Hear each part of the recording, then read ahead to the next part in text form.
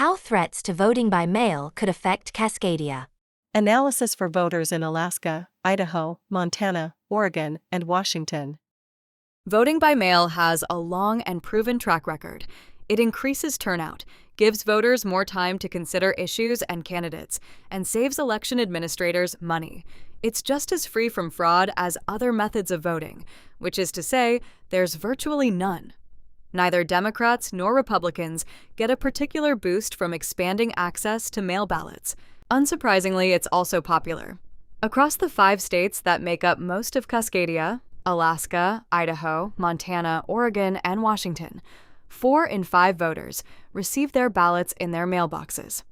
Cascadia has always been a leader in this form of franchise. Oregon was the first state to hold an all-mail election in 1995 and made it permanent in 2000. Washington followed suit in 2011 after long offering an absentee option. Many states across the U.S. expanded the option during the COVID-19 pandemic, and while some have reverted to offering it only to overseas and military voters, close to 1/3 of American voters still take advantage of the benefits of voting at home. But this easy method of voting is now under threat. From Postal Service policy updates to a case before the U.S. Supreme Court, voters long used to dropping their ballots in the mail may no longer have them counted in time. Fortunately, the biggest dangers, such as the U.S. House's proposed ban on mail-in ballots, don't seem likely to go into effect anytime soon. In this article, I lay out the existing and potential federal threats to Cascadia's favorite voting method.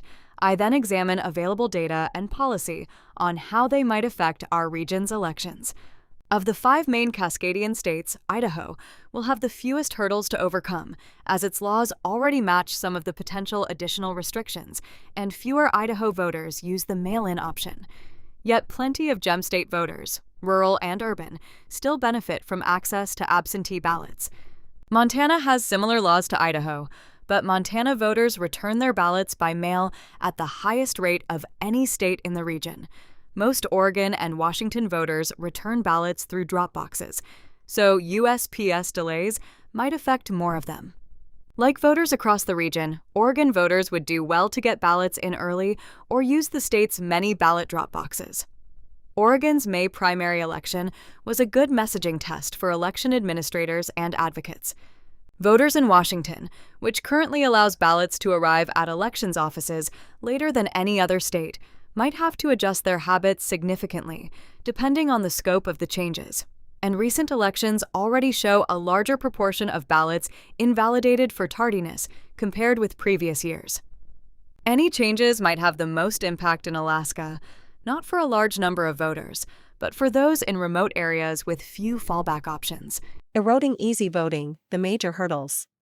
The challenges that might affect mail-in ballots, described below from most to least likely, vary in the scale of their consequences. The most pervasive threat to mail voting isn't an outright attack. It's a secondary effect of USPS decisions that are already impacting voters. The U.S. Supreme Court has not yet ruled in the relevant case, but its decision would affect as many as 1 in 6 voters in some states and is worth preparing for.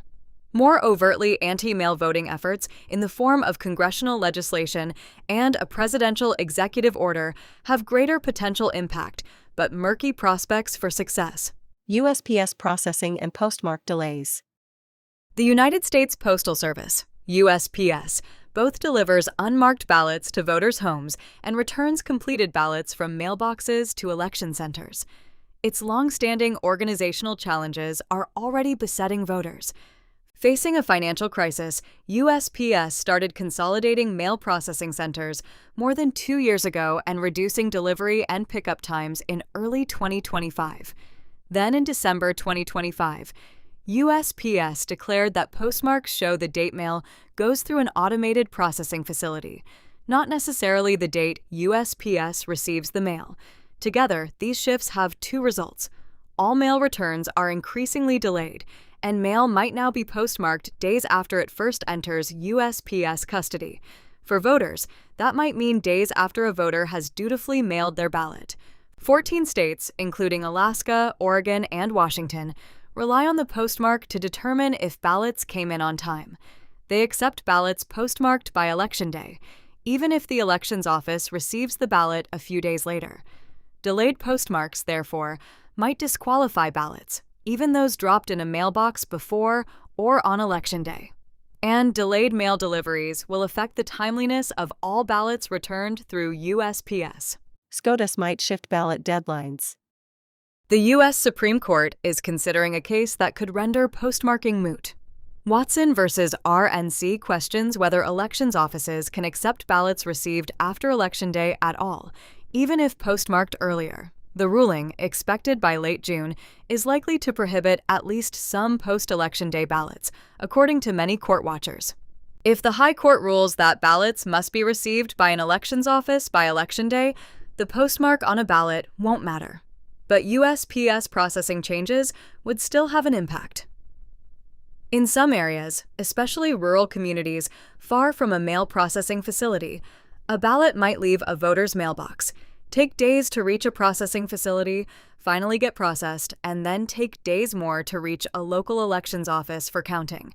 By then, it could be too late. So far failed attempts, executive orders, the SAVE Act, and the MEGA Act. Postal and deadline changes will only affect ballots arriving close to Election Day, but the federal government, and especially the White House, have targeted mail-in voting entirely, despite President Donald Trump's own use of mail-in voting. President Trump issued an executive order at the end of March 2026 that instructs USPS not to deliver ballots to people unless they are on a federally provided voter list, which does not currently exist since states manage elections. Lawyers declared the move patently unconstitutional, and more than 20 state governments immediately challenged the order, including Oregon and Washington, so it's not likely to go into effect. The U.S. Postmaster General, David Steiner, told the New York Times that the Postal Service would continue to send mail ballots, which it sees as following current law, until the courts say otherwise. In addition, Congress has been debating at least 2 different bills that would affect mail-in voting. The Save America Act, an update on an earlier SAVE Act, which passed the House in February 2026, would require proof of citizenship when voters register and a photo ID when voting. This policy would be a major change for voters used to registering and voting at home, not to mention the many voters who don't have documentary proof of citizenship. The MEGA Act includes similar ID restrictions and would also eliminate universal vote by mail, mandate that ballots are received by Election Day, and require voters to request a mailed ballot for every election. Both bills have additional provisions to federalize voter lists and increase penalties for election administrators, which would further strain already overburdened elections offices. Fortunately, without changes to the Senate filibuster, none of this anti-voter legislation has a chance of a passage, and the executive order will likely die in the courts. Still, the actions all add to the chaos and mistrust around elections, which can degrade voter confidence. What these changes might mean for Cascadia. Data from Cascadian states help elucidate the scale of these real and proposed changes, focusing on those most likely to occur. Voters throughout the region mail in their ballots, including those in both urban and rural areas, so USPS delays will have a widespread impact, as would any federal mail voting ban, although those are unlikely to go into effect. Washington returns show that the lags are indeed already affecting voters. Officials have had to reject more ballots for late postmarks in recent elections than in the past. In addition, 1/6 of Washington ballots and many of Alaska's absentee ballots currently arrive at elections offices after Election Day, suggesting the need for potentially dramatic shifts in voter habits, depending on what happens in the Watson case. See Sightline's spreadsheets in the appendix for full data. To respond, voters will need to mail their ballots earlier than in previous elections and use drop boxes or other voting return methods when possible. Fortunately, many election administrators in the region are already emphasizing these steps. New rules could exclude thousands of voters throughout Cascadia who mail in their ballots. Returning ballots by mail versus dropping them by an election center or drop box isn't problematic per se. Mail-in voting is still secure and, for many people, the most accessible form of voting. but places that depend heavily on mail voting might be more at risk for delayed returns and invalidated ballots. Oregon and Washington, like all universal vote-by-mail states, rely heavily on mail returns, although voters in those states also have the option of returning ballots via a drop box. In the November 2024 general election, 33% of Oregon voters returned their ballots by mail. Another 60% returned them to a ballot drop box. 4% brought them to an office, and the remainder sent them via email or fax, or returned them to a different county. Washington saw similar numbers, 33% by mail, 67% by drop box, and a marginal number by email or fax. Plenty of voters in other Cascadian states also mail in their ballots. 14% in Alaska, 20% in Idaho, and 70% of voters in Montana sent their ballots in through the mail in November of 2024. Although Alaska has the lowest statewide rate of mail voting in the region, mail is a vital option for far-flung communities in a state where the nearest vote center can be a plane ride away. Plus, because officials tally votes at the state level rather than locally, ballots sometimes have much farther to travel than in other states, putting Alaskan ballots at much higher risk of delays or missing receipt deadlines. Compared with general election voters, primary and special election voters tend to cast mail ballots at higher rates. General election voters tend to use drop boxes. In Oregon's 2024 May primary, for example, 43% of voters used mail, up from 33% in the general, 54% drop boxes, and 3% an elections office. In Washington's August 2024 primary, the proportion was 41% mail, 58% drop box. See the chart below for Washington state's drop box usage over time. Those trends indicate that USPS delays might especially affect these lower turnout, mail-reliant elections. Changes would impinge on rural and urban alike. Mail-in voting rates also vary within each state. In Washington, in November of 2024, more Skagit County voters returned their ballots by mail than in any other county, at 68% for all elections. Lincoln, Ferry, Stevens, and Pend Oreille counties, in order, are home to the next highest proportion of mail-returning voters. See map below. Many of these counties are rural, lightly populated places or have few drop boxes. Analysis from Washington Community Alliance's Data Hub also indicates that rural and older voters in Washington rely the most on voting by mail. In contrast, Multnomah County, Oregon, achieved one of the top proportions of mailed ballots in that state, 39% in the November 2024 election. Voters in lightly populated Wheeler and Lake counties, though, returned ballots through the mail in nearly identical proportions. Rural and urban voters all take advantage of mail-in voting. In Montana, populous counties also tend to vote predominantly by mail, and so does the rest of the state. Yellowstone County, Montana's most populous county and home to Billings, topped the list for mail balloting. Voters returned 81% of their votes by mail in 2024. Next came Cascade and Missoula counties, also among Montana's most populous. Fourth, though, and with a very similar proportion of voters, 76%, was 4,200 resident Phillips County. And in 47 of Montana's 56 counties, more than half of voters returned their ballot in the mail. Idaho's urban and rural counties similarly scrambled the rankings. Boise's Ada County, with close to twice as many residents as the next most populous, Canyon County, sat right in the middle of mail ballot usage in 2024 at 22%. Some of the state's most sparsely populated counties, Clark, Camas, Custer, also had a rate of 22%. And Adams County, with just 5,000 residents, had the highest 2024 rate of ballots returned by mail, 40%, indicating the importance of the option for at least some rural communities. Alaska, unfortunately, doesn't report data in the same way as the other regional states, making it much harder to calculate which communities rely most on mail-in ballots, but plenty clearly do. Marvin Parent in the town of Marshall, for example, is 65 nautical air miles from the closest elections office, and with no roads would have to take a plane to get there to cast his ballot. These numbers don't show a clear pattern between or within the states. All kinds of voters, urban and rural, Democrat and Republican, and everything in between, have varied reasons for choosing to vote at home, whether due to mobility, illness, busy schedules, travel, or other factors in Americans' everyday lives. That also means that the electoral and partisan consequences of changed policies disrupting mailed ballots remain unclear. Delays are already affecting voters. 2026 elections show a higher rate of late rejections. Data from Washington, which shows rejected ballots by reason, unlike other states, indicate that USPS delays have already affected Cascadian mailed ballots. In most Washington elections, officials reject less than 1% of ballots returned for being late. August primary ballots tend to have higher late rejection rates, an average of 0.96% from 2020 to 2025, compared with 0.42% for general elections or 0.75% overall.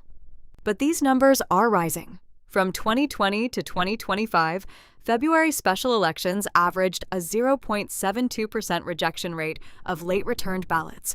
In February 2026, 1.33% of ballots were returned late, almost twice the average and amounting to over 10,000 voters. See chart below. Postmark and other mail delays might have hit Washington earlier than February, though. As USPS pointed out, it simply announced its postmark policy in December 2025. It hadn't necessarily changed it at that date. Plus, other cost-saving policies were already in effect. The data bear evidence for earlier postal changes. Rejection rates for the August primary election were also higher than usual, at 1.5% of all ballots returned. Fortunately, ballots returned in November 2025 seem to fit a normal pattern. Voters may have been more aware of the election and more compelled to get in their ballots on time. Even-year general elections consistently have the lowest late ballot rejection rates, perhaps because more voters are paying attention to elections at that time. Still, the recent statewide increases are worrying, and some counties appear to be hit particularly hard by late ballots. In Yakima, Franklin, Whitman, Chelan, and more than 10 other counties, late ballot rejection rates in the 2025 general election were more than twice as high as average rejection rates for the previous 4 years, from less than 1% to 3 or almost 4%. See spreadsheet linked in appendix for full data. In other counties, such as Ferry and Snohomish, the 2025 August primary elections numbers are even more stark, with more than 4% of ballots rejected for being late, up from a baseline close to 1%. The many ballots that arrive after Election Day in states that allow it might not count in future elections.